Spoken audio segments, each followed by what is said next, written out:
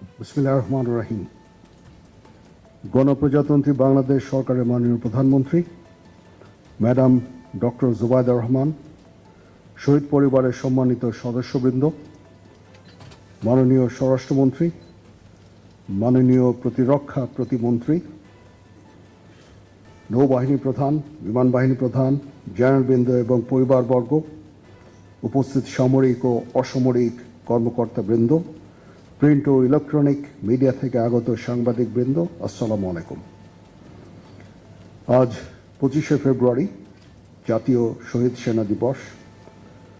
2009 সালের 25শে ফেব্রুয়ারি পিলখানায় তৎকালীন বাংলাদেশ রাইফেলসের কিছু বিপদগামী বিদ্রোহী সদস্যের নির্মম হত্যাযজ্ঞে 57 জন বীর সেনা কর্মকর্তা সহ মোট 74 জন শাহাদাত বরণ করেন।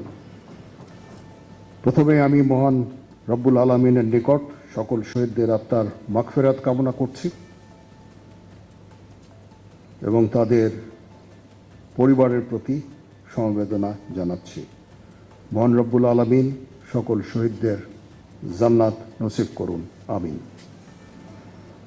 আপনারা জানেন, মাননীয় প্রধানমন্ত্রীর বিশেষ নির্দেশনায় এবং উপস্থিতিতে প্রথমবারের মতো এই কলেবরে জাতীয় শহীদ সেনা দিবস পালন করা হচ্ছে এবং শহীদ সেনা পরিবারের সদস্যদের জন্য ইফতার অনুষ্ঠানের আয়োজন করা হয়েছে। এজন্য আমি উপস্থিত সকলের পক্ষ থেকে মাননীয় প্রধানমন্ত্রীকে আন্তরিক ধন্যবাদ জানাচ্ছি।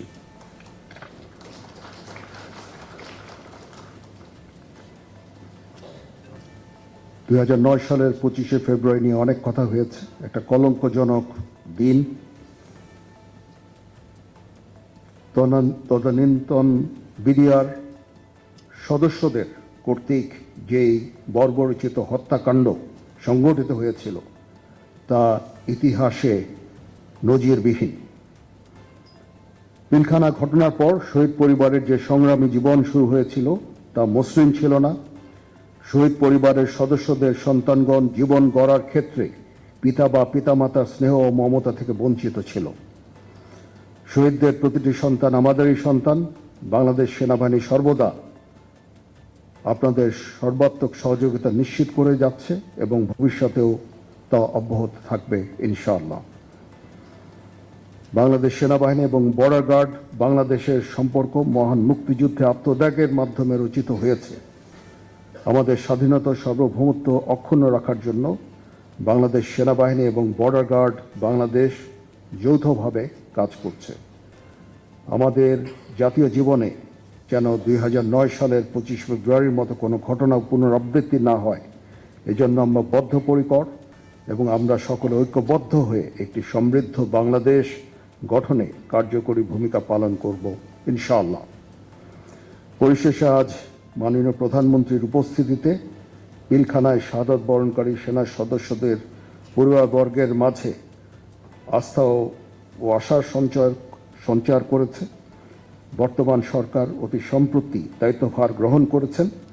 দেশের বর্তমান প্রেক্ষাপটে শত ব্যস্ততার মাঝে শহীদ পরিবারের সদস্যদের সাথে সাক্ষাৎ করায় মাননীয় প্রধানমন্ত্রীকে কৃতজ্ঞতা ও ধন্যবাদ জ্ঞাপন করছি।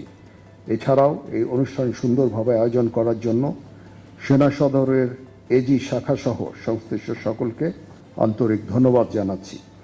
মহান আল্লাহ তাআলা আমাদের সকলের সহায় হন। আল্লাহ হাফেজ।